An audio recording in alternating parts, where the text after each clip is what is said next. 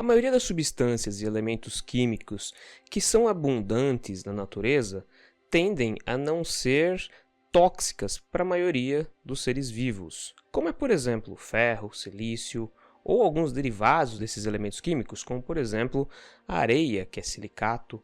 Entretanto, existem alguns elementos químicos, como, por exemplo, o oxigênio, que é abundante, mas que na história da vida na Terra ele foi uma espécie de um vilão para alguns seres vivos, mas para os outros seres vivos ele acabou se tornando algo bastante importante, uma vez que ele é um material altamente oxidante. Então, quando nós temos uma molécula de oxigênio, ela tende a oxidar certas outras moléculas que são importantes para a vida. E é dessa forma, então, seres que não são aeróbios, eles acabam sendo prejudicados na presença de oxigênio, como por exemplo as bactérias anaeróbias. Só que quando observamos alguns outros elementos químicos, como por exemplo o urânio, nós percebemos que ele tem um alto grau de toxicidade, pelo simples fato também dele não ser tão abundante. Isso faz com que então, no caso seres vivos, não tivesse uma grande quantidade de contato com essa substância e dessa forma não conseguisse desenvolver sistemas de proteção no organismo para a radiação que esse elemento químico pode gerar. Contudo, não é todo material à base de urânio que é extremamente perigoso, uma vez que existem diversos minérios à base de urânio. Só que o problema é que o urânio ele corresponde a 0,2 milésimo da porcentagem do que? Da concentração de elementos químicos que estão na crosta terrestre, ou seja, uma quantidade extremamente baixa. E dessa quantidade que já é extremamente baixa, somente 0,72% equivale ao urânio 235, que é, no caso, o urânio que pode ser utilizado no processo de fissão nuclear, ou seja, é o urânio que pode gerar energia. E a questão aqui é a seguinte: como então podemos obter esse material? Como conseguir, então, fazer com que possamos ter uma quantidade razoável de urânio que ele possa ser utilizado para a construção de artefatos que podem ser utilizados para a geração de energia? E nesse caso, a gente não tem escolha. A única forma é fazer mineração. E a mineração, no caso, para a produção de urânio 235, se baseia em, primeiramente, encontrar jazidas de urânio, ou seja, locais onde existe o afloramento de material à base de urânio, e esse material, logo em seguida, ele tem que ser completamente triturado. Então, quando se encontra uma mina de urânio, o material lá de dentro ele é retirado na forma de cascalho, levado para um triturador e transformado todo esse material num pó. Esse pó, que vai ter uma cor um pouco amarelada, ele então é levado por um processo que conhecemos como beneficiamento do urânio. E esse beneficiamento leva à geração do que é conhecido como yellow cake, que é, o que o próprio nome diz, uma torta amarela. Essa torta amarela é como se fosse um pó, e esse pó ele é mantido, armazenado para que seja possível, através de um processo de oxidação, promover a formação de hexafluoreto de urânio, ou seja, uma molécula composta de um átomo de urânio e 6 átomos de flúor.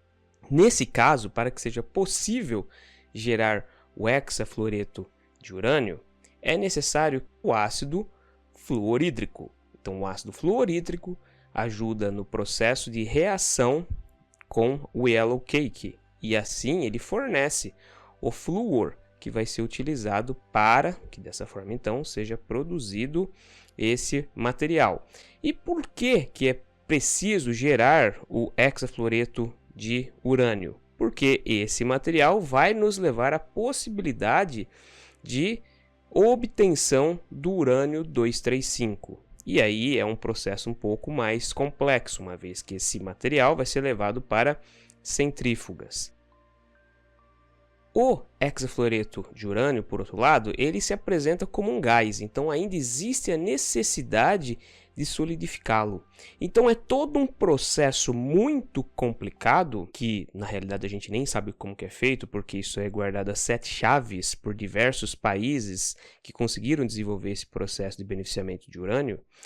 E no caso, então, é fazer com que esse material que se encontra na forma de uma torta amarela consiga passar para um estado gasoso na presença do ácido fluorídrico, e depois ele com o aumento de pressão e abaixamento de temperatura, ele é convertido em um sólido.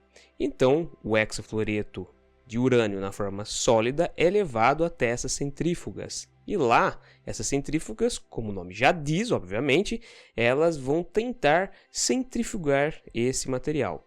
Ali o que existe? Existe urânio que é um pouco mais leve e também existe o urânio mais pesado, que é o 235. Quando essas centrífugas elas começam a girar, esse material, a base de hexafluoreto de urânio, ele vai se deslocar para a região mais baixa do sistema que está sendo utilizado. Por exemplo, imagine uma centrífuga normal. Nela são adicionados tubos de ensaio, e nesses tubos de ensaio nós colocamos o material que queremos que seja separado. Então o material é adicionado um pouco de água nele ou algum solvente. Se for possível, o material pode ser tratado antes de ser levado para a centrífuga, a fim de conseguir separar, por exemplo, substâncias que são polares de apolares.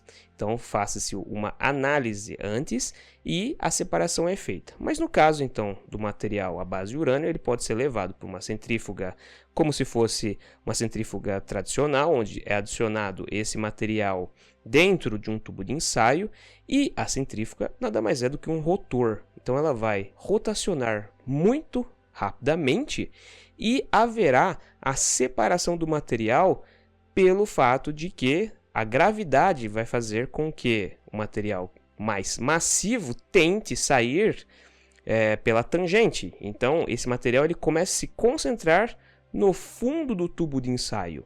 Então ali você vai ter o material mais massivo.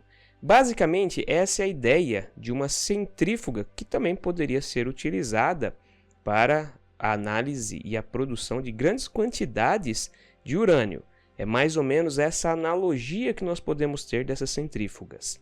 Uma vez que nós não vamos usar tubos de ensaio nessas centrífugas, mas no caso, bombonas muito maiores com o material lá dentro. Material esse rico em urânio 235. Dessa forma, então, o material ele é centrifugado e reservado e concentrado. E assim, então, conseguimos uma determinada massa de urânio 235. Qual a vantagem desse processo? É que não é necessária uma grande quantidade de urânio 235 para que possa ser gerada também uma grande quantidade de energia, uma vez que mais ou menos uns 10 kg de urânio já é suficiente para que possamos fazer o processo de fissionamento.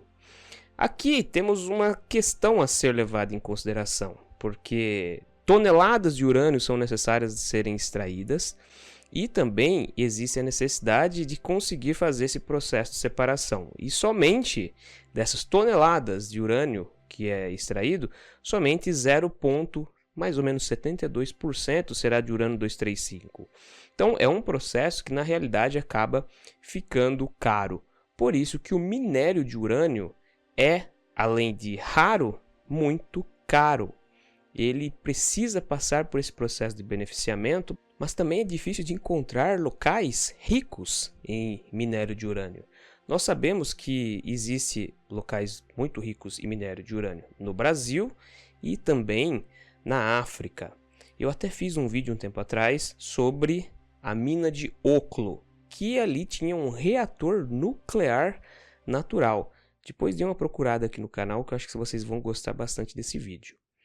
Mas então basicamente a necessidade de urânio 235 faz com que esse processo torne-se extremamente caro. Então, por esse fato que é tão difícil que países que conseguem gerar o urânio 235 passem para outros países a tecnologia que possibilite o desenvolvimento dessa beneficiação e da geração das usinas nucleares.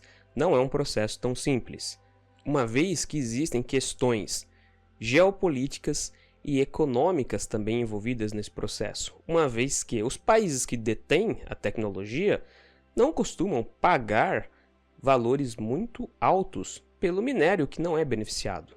Sendo assim, países que possuem o minério acabam, vamos colocar entre aspas, saindo perdendo nesse processo, uma vez que é muito mais caro a produção do minério, no caso o urânio 235, devido ao beneficiamento dele, do que a extração, uma vez que já seria como uma vantagem os países que possuem as minas terem as minas. Então, ali no caso, eles teriam o minério como se fosse de graça.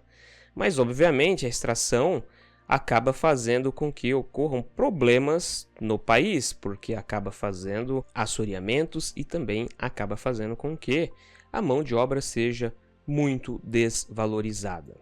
Por esse motivo, então, o urânio 235 provavelmente vai ser o petróleo do futuro. Os países que conseguem dominar essa tecnologia de beneficiamento vão chegar em países que possuem as minas de urânio, vão instalar grandes mineradoras, e obviamente isso já acontece, e vão extrair esse material. Por quê? Porque no futuro a tendência é que países possuam mais usinas nucleares, como é um exemplo da França, que não possui outras fontes de energia.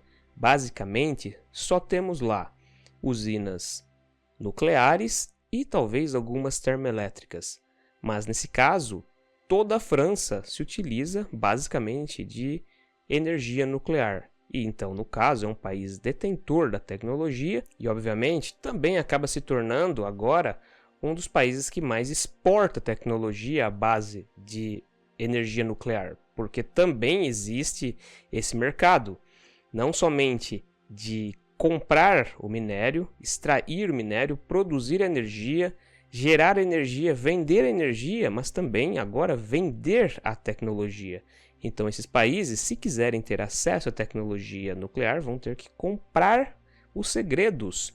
E assim então cria-se esse mercado que faz com que a energia nuclear vai se tornar talvez uma das bases da economia no futuro. Pessoal, muito obrigado por vocês virem o vídeo até aqui. Peço, se for possível, que vocês curtam o vídeo, se inscrevam no canal e cliquem lá no sininho para vocês sempre receberem novas notificações de vídeos científicos como esse. Se for possível também, antes de ir embora, compartilhe o vídeo, que isso ajuda demais o canal. Também vou deixar aqui na descrição do vídeo o link de um site que eu criei sobre resumo de livros. Dá uma olhadinha lá, vai que você gosta do resumo e você se interessa em ler esse livro. Aí você pode procurá-lo ou na biblioteca mais próxima da sua casa, ou até mesmo clicando na capa do livro você já é direcionado para a Amazon, caso você queira adquiri-lo. Muito obrigado pela sua companhia e até o próximo vídeo.